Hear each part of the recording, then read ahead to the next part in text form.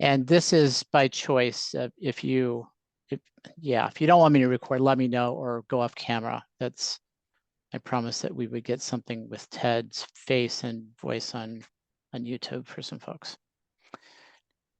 So Ted went to Burning Man. Ted is a CTC, a fellow CTC, and just a darn nice guy. He's written a few books. His father is here tonight, Keith Wallace. Wave your hand, Mr. Wallace. And if you haven't met him, apparently smart runs in the family. Ted's pretty dynamic and he's got a great message for tonight. Take it, Ted.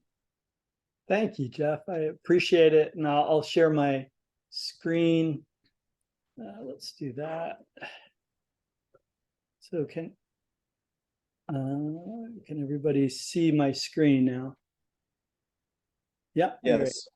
Yeah, so the title is Neurohacks, Cynefin, and Burning Man, using the right tools to amplify intelligence and solve hard problems. And it's a very experiential talk, and I will just dive into it. It is a great honor to have my dad here with me. He's in terms of a lot of the books and a lot of the neurohacks type of information. I've got to work on that with him. And let's see. So I think if you can enter in the chat your name, where you're at right now, and what your favorite hack or shortcut for improving learning, that would be amazing.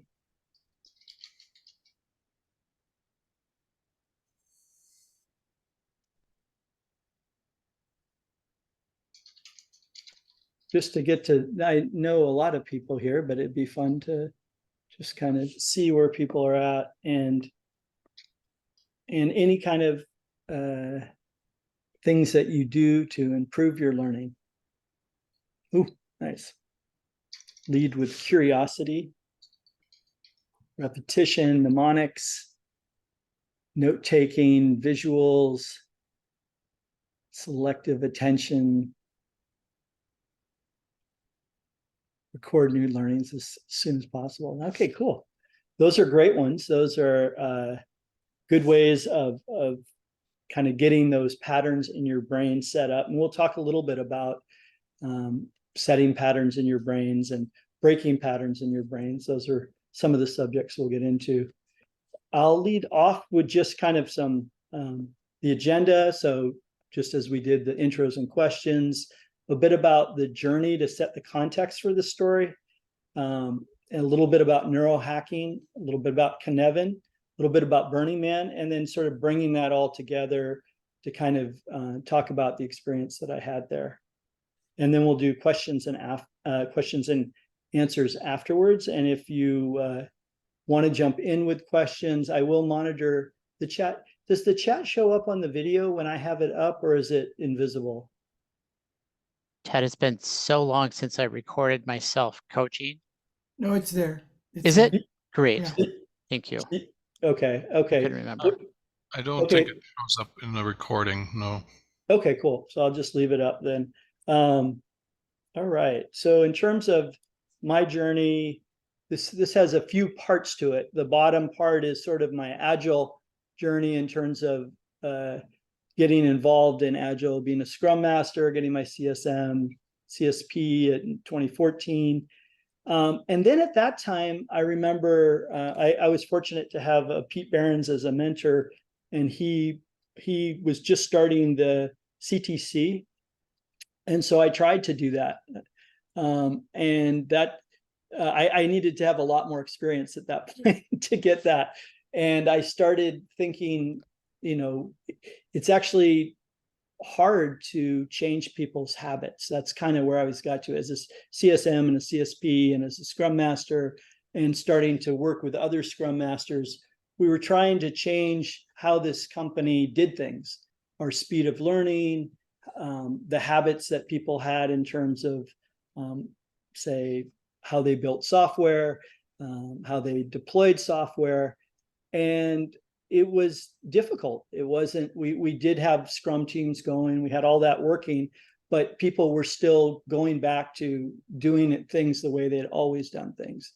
Luckily, my dad is a top scientist in meditation and neuroscience. And so I got to start working with him, and we spent a couple years together talking. I presented different materials, and we came up with total brain coaching, which was a system for helping people change their habits. It included not only the brain, changing that and what things you could do to shorten that, but also the gut and a kind of a whole body solution. So that was there. And then we wrote a number of books on this, and we did a number of courses on it. We got a lot of information back and forth. And I think every conference that I went to after that, I would present either at open space or at one of the talk slots and get feedback. And then we'd be testing. At the company I was at, Cambridge, I'd be testing some of these things. And then I went on to principal and have been testing some of these different things. So we'd be testing in a classroom situation. My father also runs an integrative medicine program with 600 students. So he's integrated a lot of that into some of that integrative medicine. So that's kind of the life and wellness coaching. The Agile Changemaker is the group that I joined in 2016 that a number of you are part of, and that really helped me in my whole CTC journey. So that's kind of a little bit about how I got into neurohacks and habit change, and also kind of my Agile journey. And these days I'm working at Principal trying to change departments or what we call vertical slices. So in a product, either a product family or a group of products, we're trying to limit our scope and create environments which are conducive for habit change. The top version is kind of my Burning Man journey. And basically when COVID hit, one of the members of our group in Agile Changemakers was Michael Della Mazza. And he had told me a year before, you should check out virtual reality and see what coaching's like in virtual reality. So I had been doing that for about a year and a half. And I was able to do some of that during COVID. It wasn't like a super rewarding experience. There were some fun parts to it. But because I was in that world when the Burning Man organization decided to do their virtual Burning Man, I was kind of in that space and I wanted to see what they would offer. And I had a pretty amazing experience, much more amazing than any other virtual event that I had attended or that I had put on myself. And so I got involved in the organization to they have a number of principles that we'll talk about, but one is one that allows everyone to be included in it. And of course, they have this thing in the desert, so it excludes tons of people. So by having it virtual, that would open up to people who say with mobility issues and things like that. So that was the reason why I got into it and volunteered in their organization. And they basically said, hey, you know, it's great that you worked on it for 2 years in a virtual sense, but now that we're having the real thing, you need to come to that to experience it, to have any kind of credibility in this organization, to be honest. And so I went. And it was a great experience. And I went by myself the first time. And then this last year, I was able to bring my sister and my son with me. And it was at this last event where I'd been thinking a lot about neurohacks and a lot about Cynefin, and I could see a lot of that happening in that environment. So that's a little bit of a kind of setting the stage for this presentation.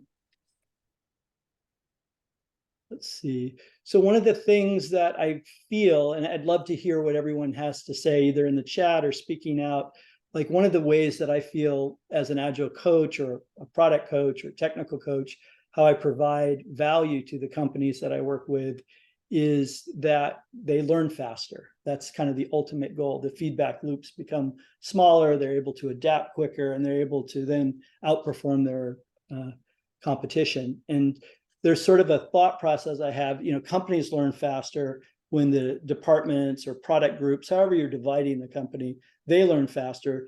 Those learn faster when the teams learn faster, and the teams learn faster when the individuals learn faster.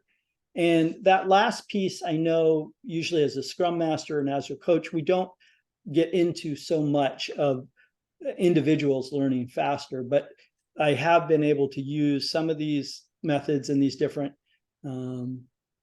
books that we do, or just getting people, getting people on better, because they end up trusting me and stuff like that, helping them get on better sleep schedules, eating, starting meditation, using yoga. And I've seen that this works out. They become better team members. They're able to change quicker. The teams are able to change quicker. The reason why I have the arrows back and forth with the two different ends is because if you have a great team, it can pull the individuals up. So it's not just, you have to have the individuals that can change quickly and be agile, and then that'll create the teams, and that'll create the departments, that'll create the company. There's a lot of different mechanics. Like the company, if it's got great leadership, it can pull everybody along. Or if a department has particularly good leadership, it can pull everybody along. Or if a team has great leadership. But all of these pieces play into what we do. And a lot of the great success stories in Agile I've seen, they usually have various pieces of this, places where I have a great mentor, Pat Reed, and she's seen some pretty impressive things happen. Elena's seen some pretty impressive things happen, and I'm sure many of you have had some great successes, but usually there's a play between these different elements that happens, and that's quite an interesting story. So the reason why I'm focused on neurohacks for individuals is because it can play a part in the puzzle. Again, it's not always something that I focus on. It's only when there's an openness to it, but I have seen some amplification of learning happening through that. So just to kind of get that neurohacking term out, because it's always a funny term, neurohacking is the art and science of upgrading our mind, brain, and body for more optimal conscious experiences and capabilities. So it's doing things to kind of help our nervous system, help our body perform at a higher level. And that can be in terms of memorization. Some of you had different sort of learning neural hacks like repetition, re-looking at things quickly, notes, all those kind of things. Those are all good neural hacks. Some of the time-tested ones, one of the best ones is like getting up. If you do get up early in the morning and you can get that early morning sun, that's always for a couple minutes. That has lots of good effects. Meditation. My dad's done many studies, hundreds of studies showing that it can help improve many things. Diet, behavioral codes, exercise, sleep. Those are all kind of ones that probably people would know. Yes, that could be if your daughter's into it. If she's not, again, that would be a thing. That could actually increase intelligence. That's a good point. Probably doing it with you too is also. Oh yeah, we're doing it together. It's a lot of fun. Yeah, so that may be part of the puzzle too, actually. So neuroplasticity, you probably heard this, and this can be a little bit of a daunting slide, but the idea is that your experience changes the pathways in the brain. So we all have neuroplasticity. A lot of times they used to think like by the time you're 25, it slowed down, and that there are studies that show that it kind of slows down at that point. But I've heard that there are also studies that show like when you're in your 50s, it also starts to hit again. And a lot of times people are saying that's because a lot of times between 25 and 50, you're dealing with your families, your life. You're not experiencing a lot of new things. You're trying to keep a routine. You're trying to keep some level of sanity, all that kind of stuff. So a lot of times neuroplasticity has to do with having different experiences and having repeated of those experiences. It's those experiences that you have that change the pathways in your brain. And the work that my dad and I,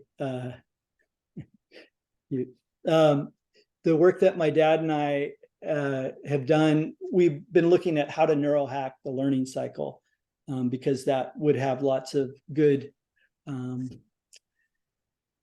well, benefits in terms of agile transformations, if we want to throw out a term like that, or even any kind of when you're trying to transform a company from working in one state to working in a different state.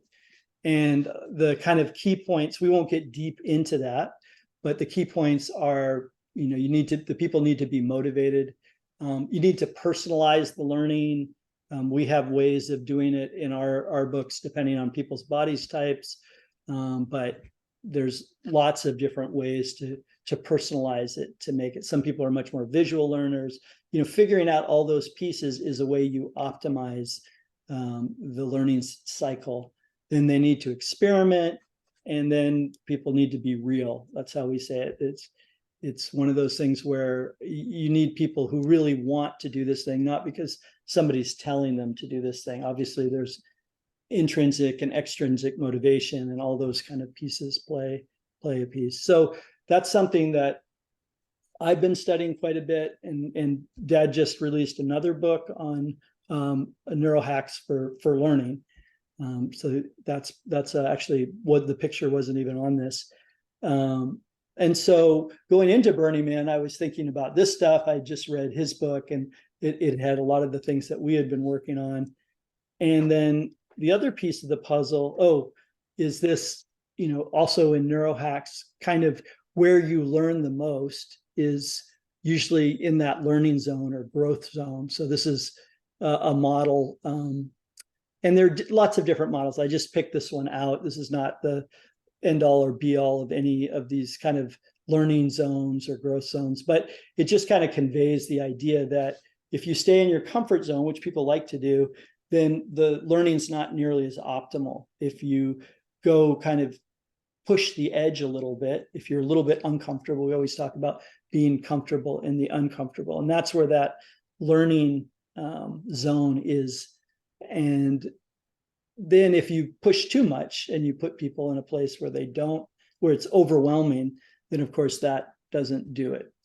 So you have to, it's a delicate game. It's a delicate place, and people are best at self-regulating that zone. So I find when you ask people like, so are you on the edge a little bit? Are you learning at a high level, or are you in that kind of comforty space? That can be useful in terms of figuring out where people, if they're in that kind of growth zone and learning zone.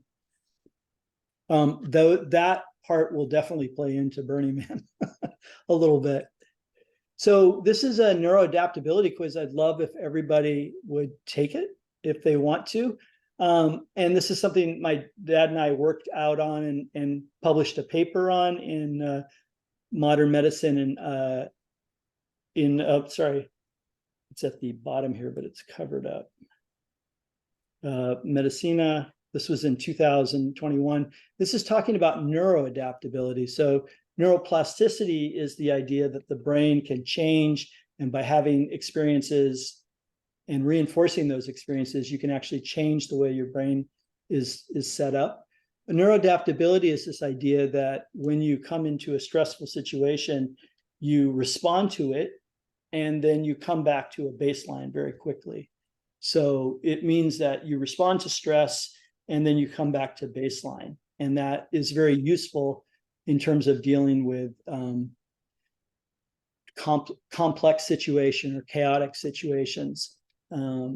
It's useful in daily life, because stress, can be useful in terms of getting you out of a dangerous situation or helping you change things. But if you're too stressed, then it also gets you out of that learning zone. It takes you out of your ability to perform at a high level. So keep these scores to yourself. I actually looked at this before I went to Burning Man, and I looked at my scores after I went to Burning Man. There was definitely an increase in my neuroadaptability, and some of these questions will give you kind of hints of what at least my experience was there. Definitely number one, and a bunch of these, as I said, you'll do it for yourself, and then you'll see how it kind of plays through. Has everybody been able to do that and get a score? And this is not something that we wouldn't compare scores what you would do is you would use this and then you do something to improve your neuroadaptability, or you do something at that level. You'd have some experience, you go traveling, or you do that and you'd see like, hey, did that change my neuroadaptability? Did I become more neuroadaptive due to that experience? Or if you learned some meditation practice, or if you took on a new diet, or if you changed your sleep patterns. Those are all things that could help you improve your ability to handle stress. I'm going to go to the next slide. Does anyone want me to hold for a little longer? You can just speak up. I took a snapshot so I could listen to what you were saying instead of focusing on the quiz. Okay, great. That's good. It's just a fun thing to kind of show you what we're talking about, what type of things might improve that neuroadaptability. All right, so that is kind of a little bit about neurohacks, and we talked about neuroplasticity and neuroadaptability.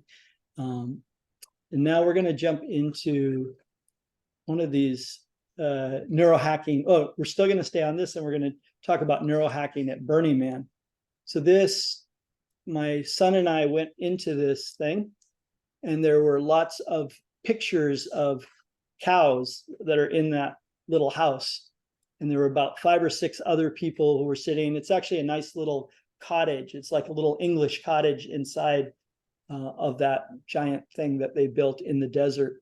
And it was at night, and we kind of looked around at all the cows, and we started mooing as a group. So it's a strange sort of thing, but it was definitely a novelty experience that I had never experienced before. And it definitely, so the idea is that if these type of new experience, doing things or interacting with people in ways that you hadn't before, as long as it's obviously within boundaries, that can increase the dopamine levels and create new pathways in your brain. So that would be one way that neurohacking at Burning Man. So staying out of your challenging comfort zones. Last year I went and it was 105 and incredibly dusty. They have these very major dust storms.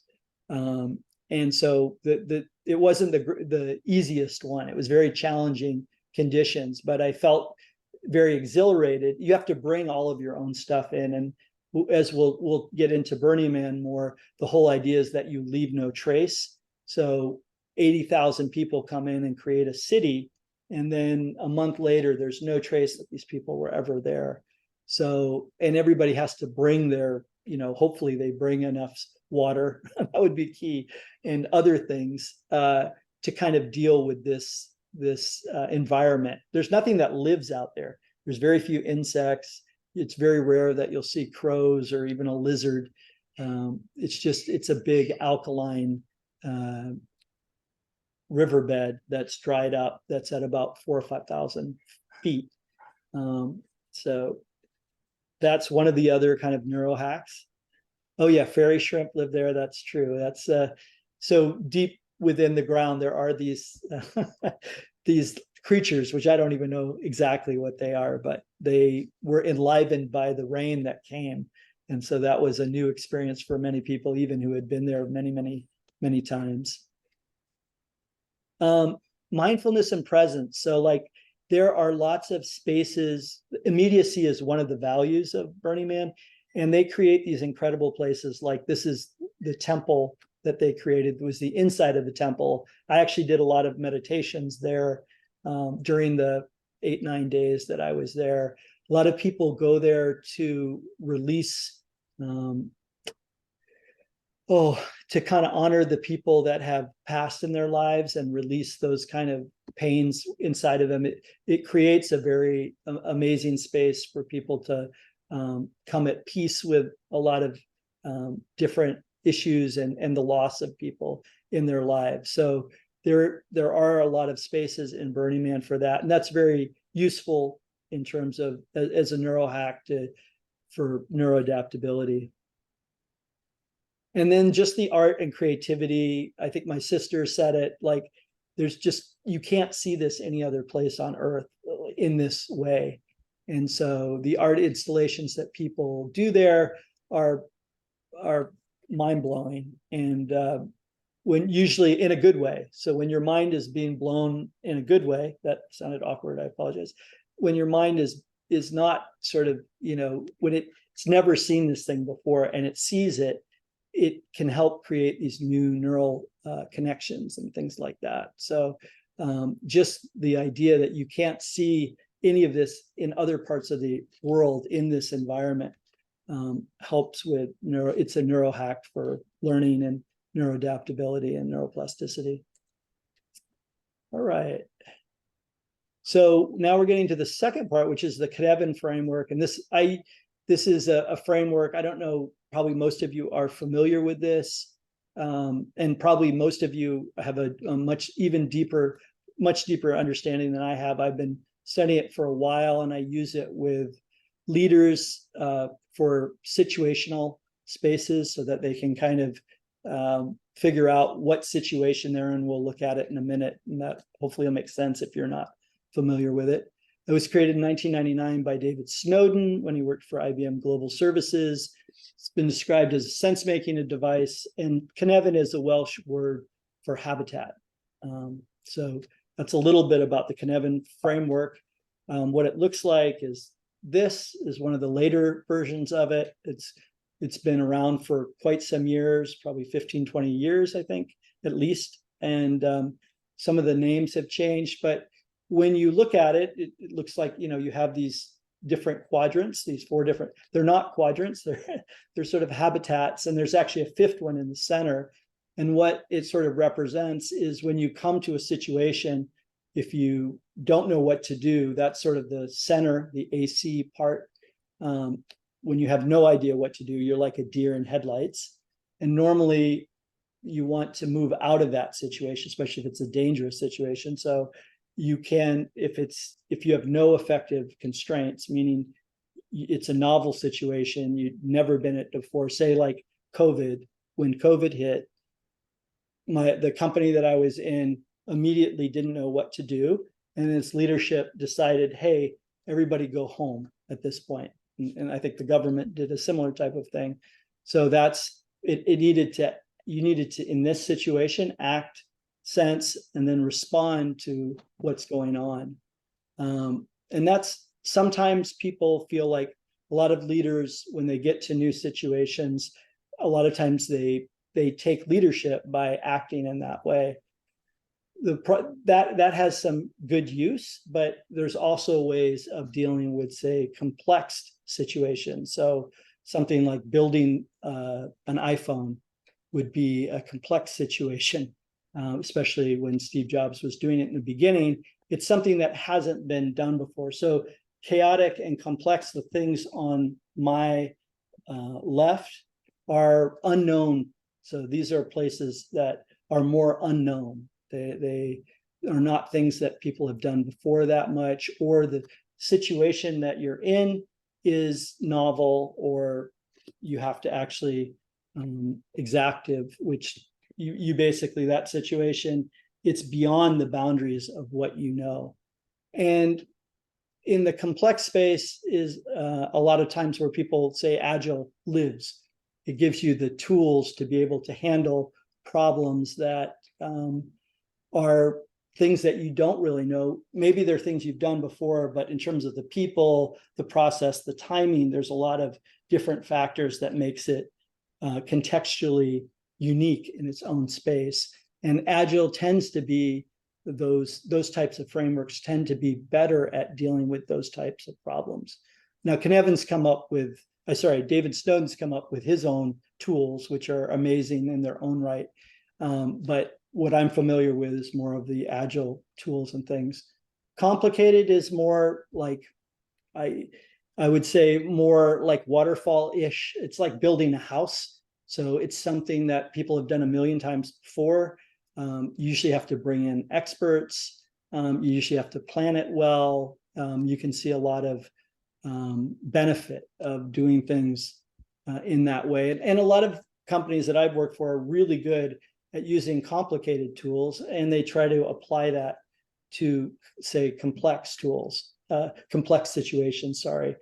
And a lot of times when you say apply waterfall to something that needs an agile framework, it's like, and that's what the picture is on the side, it's like putting a screw in with a hammer. You can do it, but it's not the most elegant way, and there's a lot of collateral damage. So this is just me. This is how I'm looking at this. The clear is usually like best practices and things like that. So again, I usually work with leaders, and I get them to see that, the tools that they use. So if they're really good at solving complicated problems and they're trying to apply that to a complex situation, then it's not always the best fit.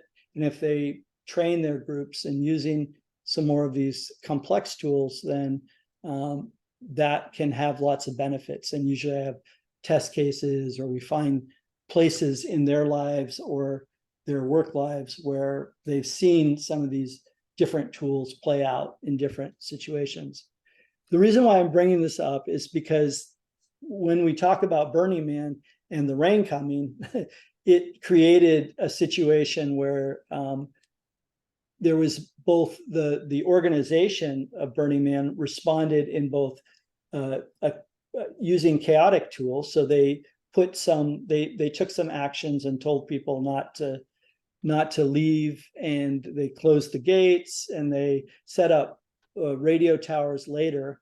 But as you'll see when we get into Burning Man, it's made up of 1,500 camps approximately, and each of those camps use a lot of kind of team-based tools to solve problems, and they're quite good at it. So there was an interplay, and this was one of the, I'll hit on it again at the end, but what I saw was, like, these bigger situations, it's not just a one-dimensional type of thing. It turns out all of these different quadrants can be in play at once, and it was really clear in that Burning Man situation that the chaotic quadrant and the tools that were being used for that, theme camps, yeah, perfect, thanks, Rob. And then the camps themselves were handling some of the complexity, and that was different for me, because I had always, when I talked to leaders, I'd always said, well, and obviously I have done some of the courses in Cynefin and things like that, but it was a different vision for me to be able to see that you could use multiple tool sets on the same problem, but it's all about doing it at the right time in the right place with the right people. So this was what happened there. The rain came and the mud got very thick at Burning Man. And that, in terms of what the organization did, using some of those kind of more action-oriented tools and say what I would consider the chaotic space, they said, look, you don't want to leave. You have to stay. They closed the gate. They did the things.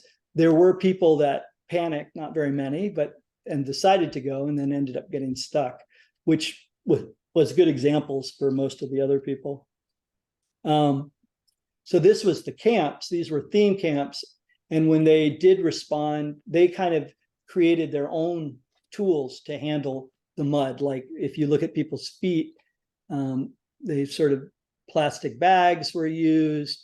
There were different types of activities. You didn't have all the normal activities that you would go out onto the playa and see the art. It became a much more camp-based. There was a lot of singing. There was a lot of cooking together. It became a much more community-based experience for those 3 days, which had a lot of richness for a lot of people that were there, including myself. So we can go into the last part of this, which is Burning Man. Are there any questions or any comments or anything before I kind of go into just a little bit about what Burning Man is and then how all of this stuff came together for me?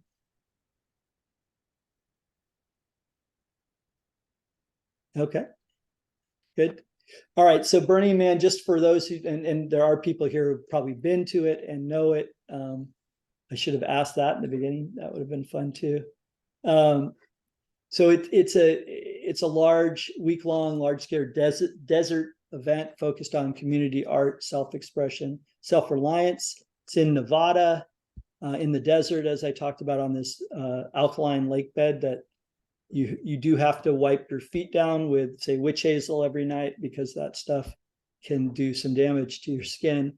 There's usually like approximately 75,000 this time. They get up to 80,000. It's a big city. I mean, 80,000 is not small. That's one of the most intense things when you first go there, is just the scale of how big it is. They have 10 principals. I got some numbers from 2019. They didn't have it for the later years, but the number of theme camps is 15,045. Number of mutant vehicles, 632. Number of placed art is 415. So that gives you, we'll look at each of those to give examples of what those are, because otherwise it doesn't make any sense.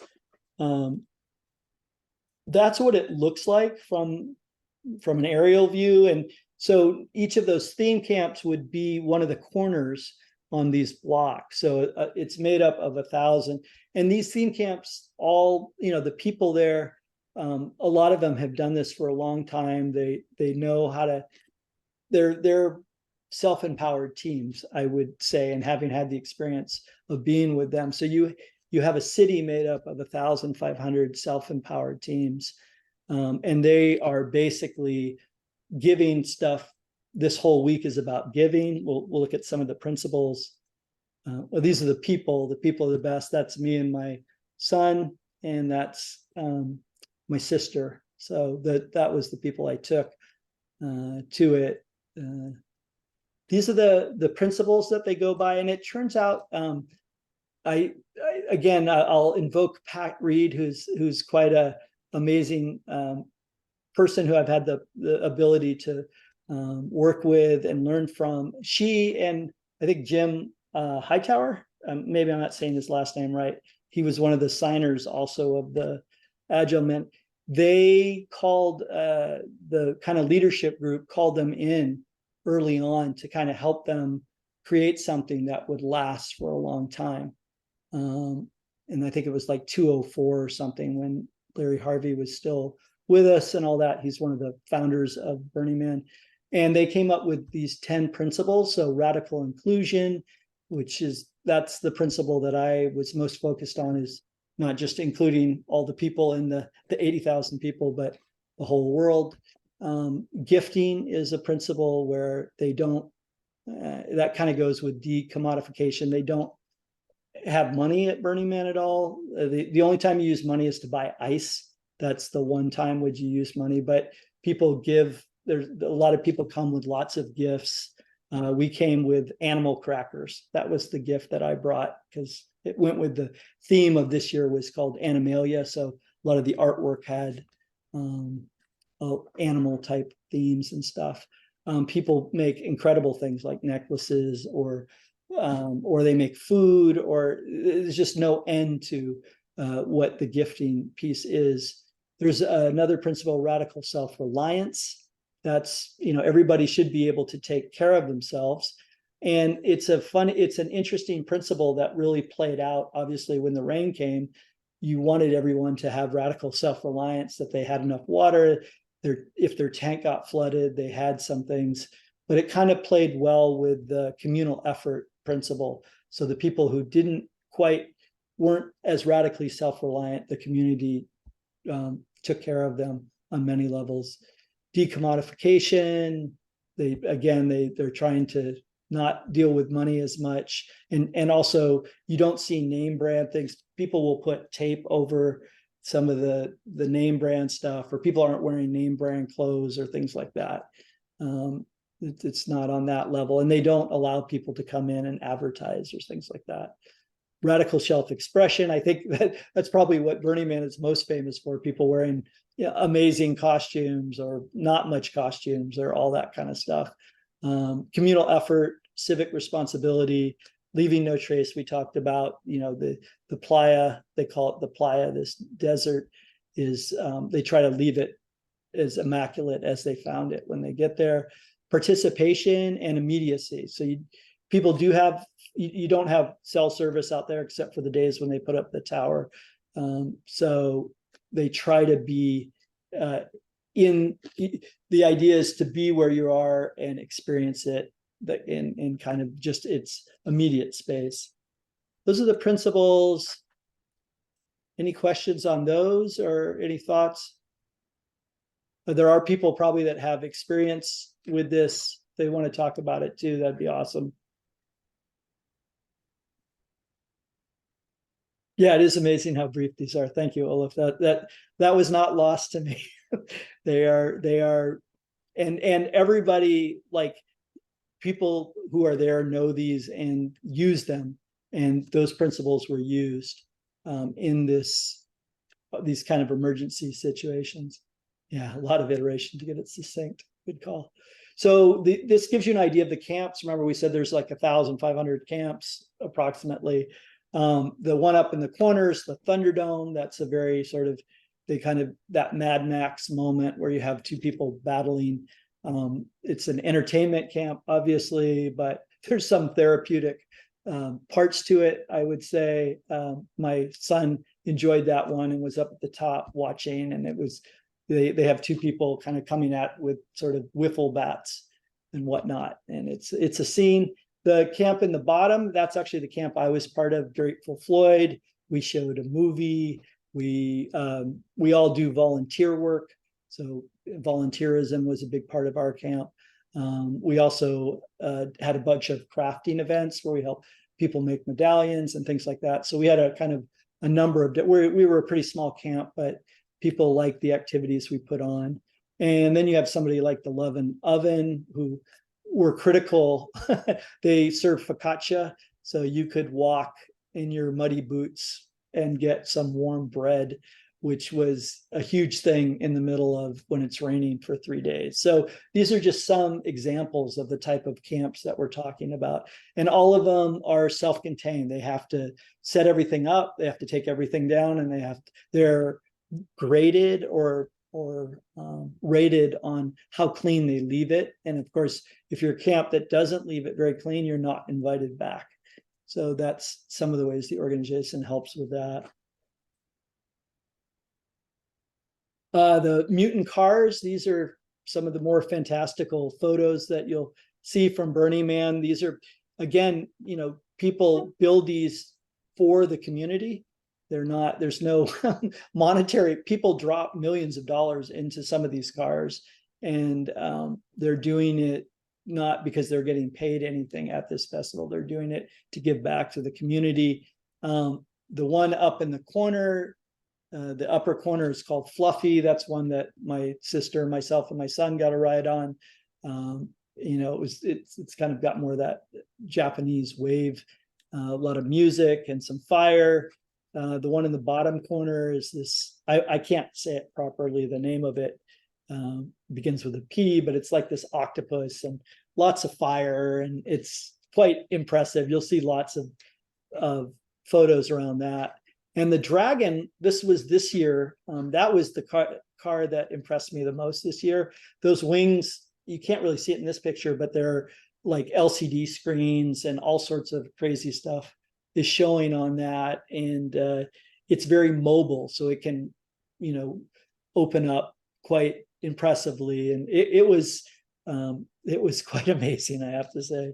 So there would be about 500 of these cars during that week. Some of them are huge, like whales, they're basically a bus with a giant whale form on it. Some of them are like ships, as big as ships. So, and then some of them are quite small, like a Aladdin shoe. There was an Aladdin shoe that was driving around.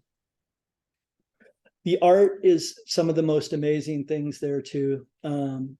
This was, so again, these people, they do get some money from the foundation. So a lot of the ticket money goes back into building things as elaborate as this.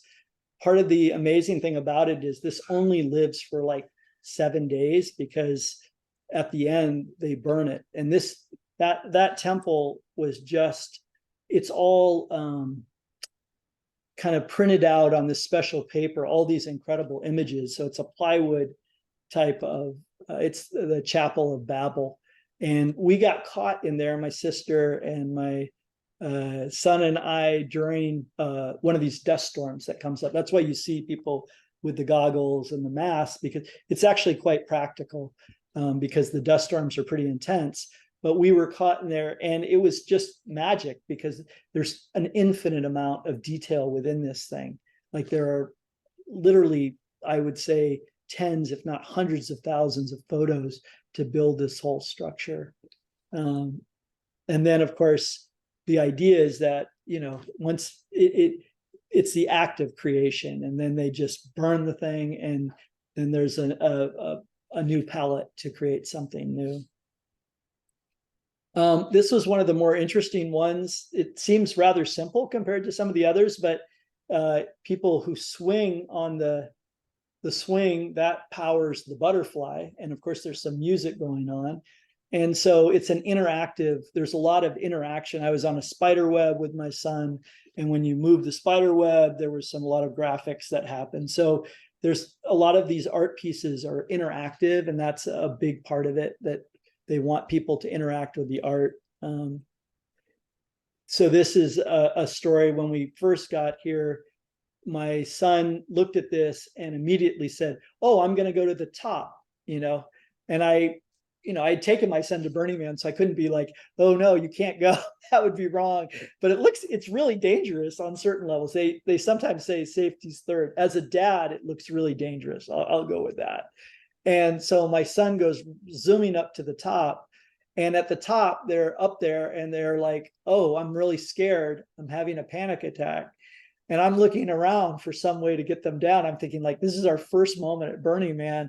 And so finally I find a way. I tell them where to come down, but they're freezing up there. So I go up, because I'm like, oh my God, I got to go do this. By the time I get up there, they have somehow gotten to the bottom. Somebody said, "Hey, just follow me." So I'm up there, and I look down, and they're like, "What are you doing up there?" And I said, "I'm scared," and like, I did find my way down after about 10 minutes. But it is those type of experiences. This is a cube, by the way, of these water, as somebody's pointed out, as Rob's pointed out, thank you so much, of water tanks, and there's lights rolling through it, and there's a DJ inside of this, and there's a whole kind of party going on within this cube. So these are type of experiences that you probably aren't going to have, say, every day. Like, that's not normally what I would do. It's not just giant art. There's lots of smaller, medium-sized pieces. There's paintings, there's metal work, there's comic book art, there's people art. People are art at this place. So these are all things that you won't see like, I don't normally see. Maybe I'm not living in places where I just don't see this stuff. So again, it enlivens all these new pathways. It helps me look at the world in a way that I would never look at it. So that's a bit about Burning Man. And for me, kind of the most magical part of this is they do, like they create this space called the temple. This is called the Temple of the Heart. And again, as I mentioned, this is a place that I went to and meditated a lot. And my son had an experience where they thought they were going to write about certain people in our lives, family members who had passed, which we did.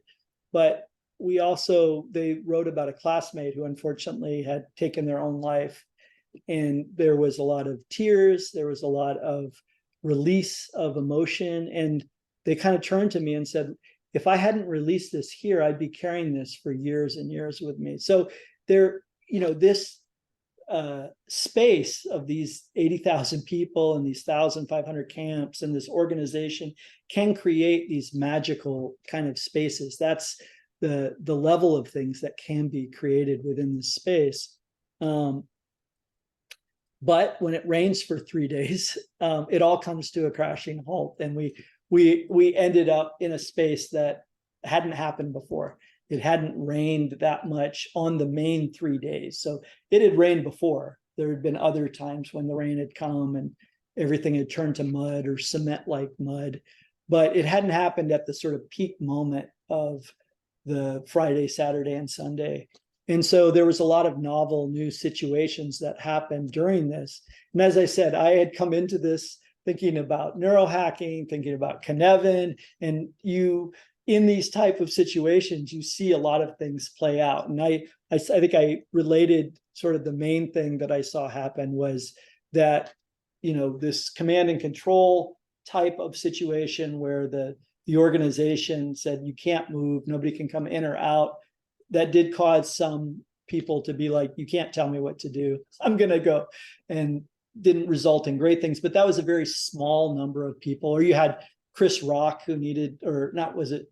Yeah, Chris Rock and Diplo, they had gigs that they had to go to. So they walked out for like 5 miles, and then somebody picked them up and like, oh, Chris Rock, yeah, I'll take you back. Because you're like 6-7 miles from the town. So it's not like you're in the US in Nevada. So it's not like you're somebody couldn't helicopter in or get people out or do anything like that.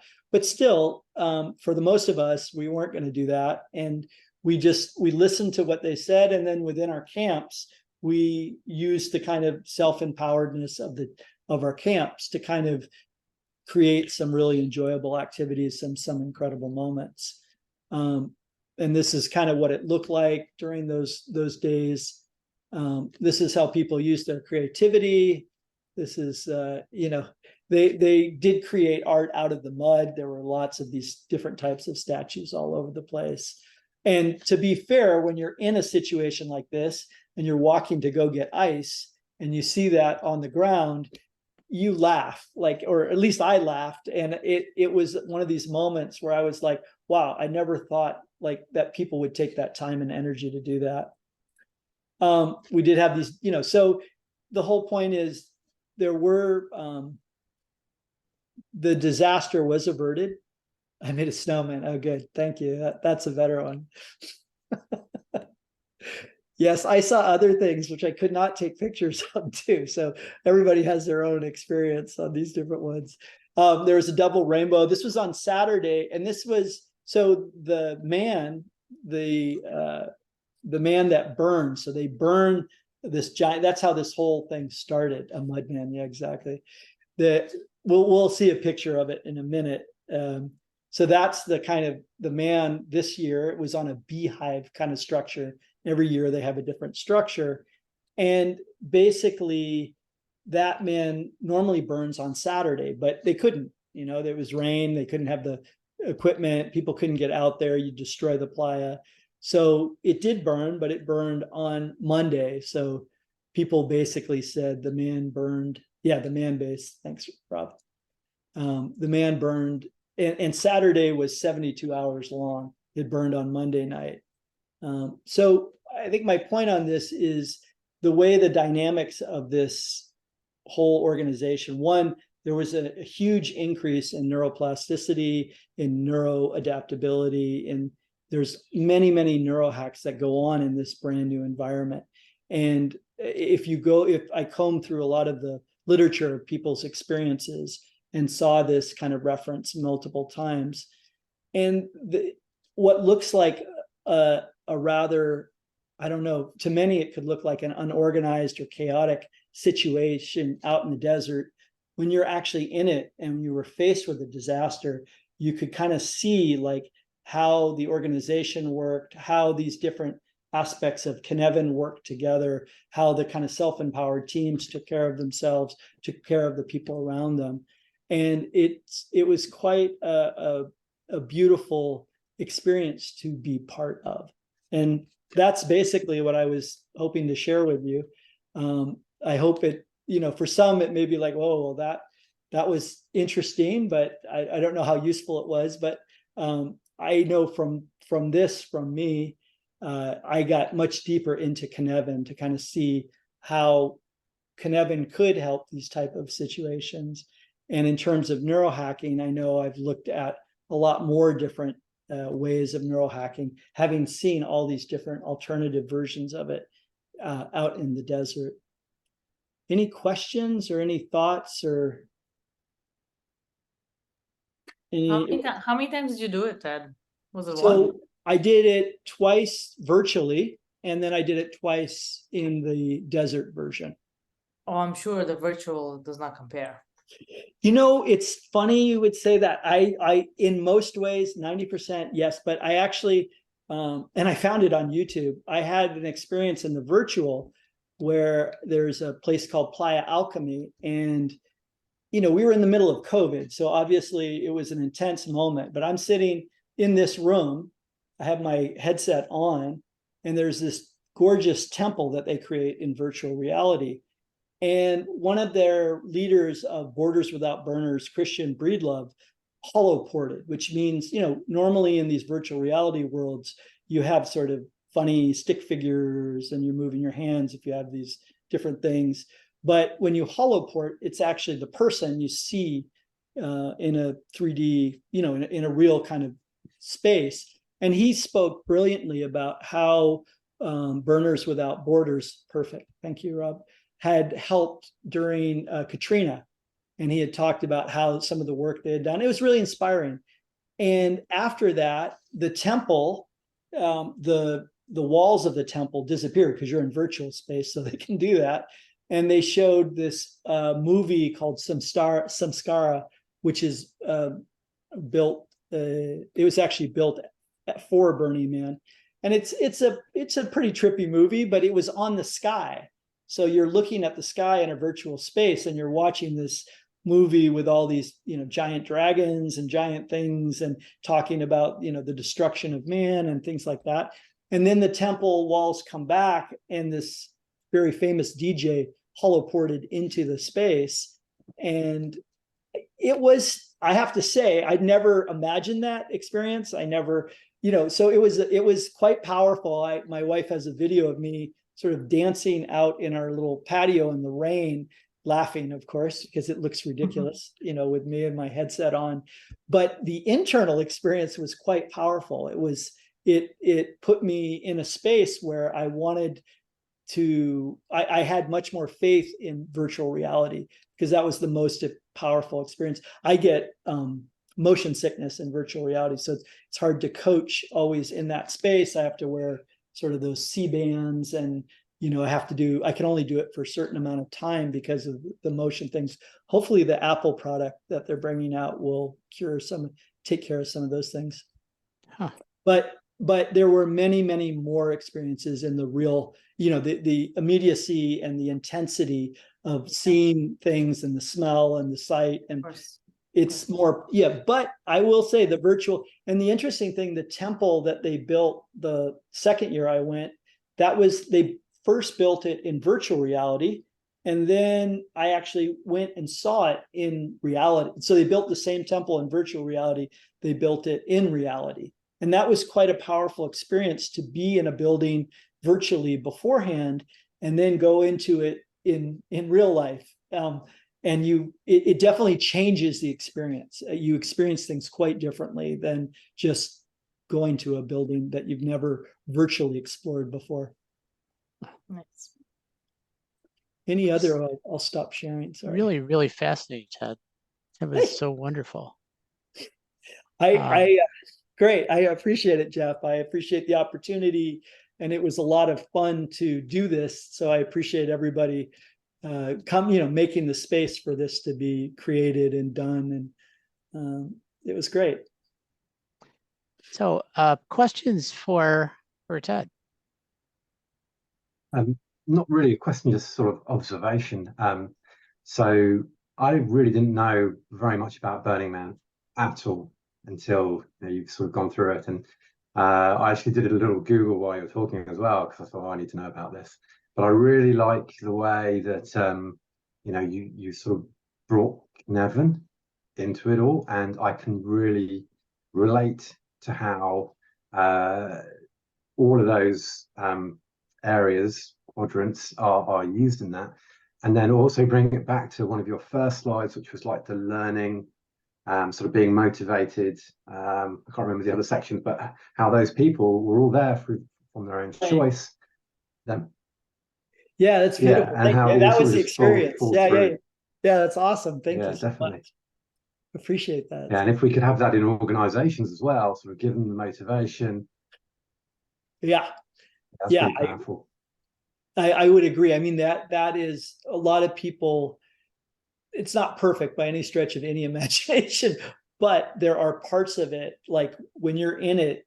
My sister said it was one of the best weeks of her life, and she didn't have a lot of expectation going into it either. So, the proof of that, it's not just my own viewpoint, because I could, I'm an optimist, so I can always see good things in things, but even having others, and my 17-year-old son, being able to go through it with me and saying, yeah, this was an amazing experience. Those were kind of good sort of touch points for me to be able to do that.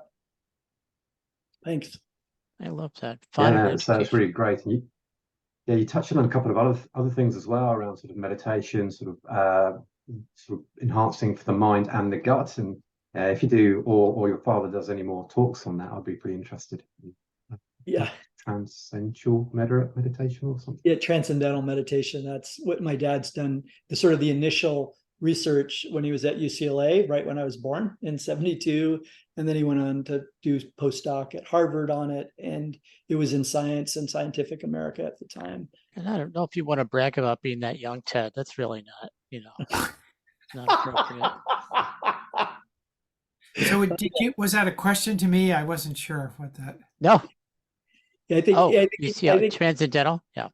No, I think he was just saying if we do any more, like, so Dad's written a book on gut health. Okay, good. Gut Crisis is the name of the book, and he's done a lot of presentations on that. But in Total Brain Coaching, we were hoping it's not just this part, the nervous system, it's also the gut, which has all these trillions of bacteria. Trillions, is that right, Dad? Is it trillions, or am I exaggerating? No, you got a lot either way. Yeah. Speaking of meditation, you guys familiar with positive intelligence? Yep. Yeah, because I think that brings meditation in its own way. Yeah, it's a very practice. personal experience, meditation. Yeah. People have to find the things that resonate. Dad's done a lot of research on transcendental meditation, so that's kind of the areas that a lot of times we talk about. And but meditation in its own right is, coming back to that self. People have to find the right paths for that. Yeah. And speaking of getting out of the comfort zone, I think the challenge is, as for us Agilists, is to, rather than sending people out to Burning Man, is and then or even having virtual reality headsets they can wear in the office, even more so in a remote atmosphere, is how can you get people out of their comfort space? If they're at home, their home office, it's just so easy. I have challenges in a training environment. Get people, they turn off the cameras and they're multitasking. Other than those couple things, what's our challenge to get people out of their comfort zone so they're then learning, say, agile things? Yeah. Did you want to say something, Dad, or? No, okay. Yeah, I was thinking like the way, so usually when I come in as a coach, we're asking them what they want out of the situation. And so then we kind of point out that like they're going to learn a lot faster and they're going to get these habits and these different tool sets that are going to be useful for them to solve these problems. So the faster they learn this stuff, the better it's going to be for them to handle life, like even on that level. And so that's a way that sometimes has worked. But, and then you're also just, we talk about how if you're coaching or you're scrum mastering or whatever thing you're doing now, a lot of times we're missing all that information now, just for exactly what you said, where people turn off their cameras, they multitask, all that kind of stuff. But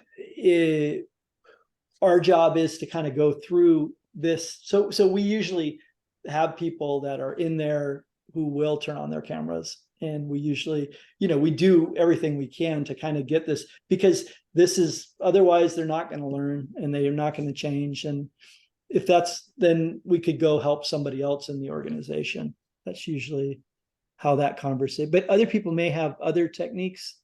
How do other people deal with the situation that Rob was talking about? Gentle cajoling. Repeated. It works. Make it so interesting they can't not. Oh yeah, that's a good call. Yeah, I like that. Or like you said, what's in it for them? And everybody wants faster, right? So I like the way you put it up front too, and then maybe even at the beginning say we're going to try. We want you to get out of your comfort zone. So you just put it up front and get people to not, rather than like kind of making it happen without them knowing it. Maybe just say we are doing this, and let's see if we can get you out of here because you'll learn better and faster. Right. Yeah.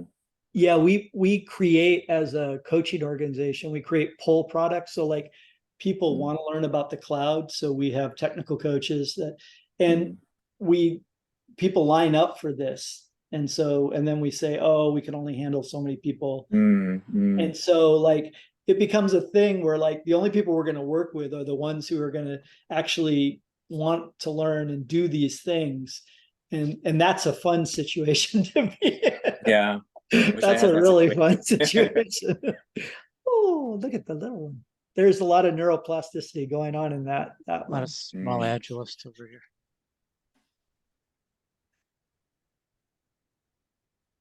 That is so cool. I don't know if Snowden would approve of having such a positive subject to go with Cynefin, but who cares? He's not here. Oh, right. Yeah. Yeah. Yeah. Cynefin he's come up with what is it called? Tides, but it's called estuarian. Like he's come up with 2 or 3 new tools for handling complexity. And he has like so Cynefin is actually the last piece of it. And he's got this I'm not saying it right, estuarian way of positive and negative attractors to create the actual environment so that your projects and your things can grow.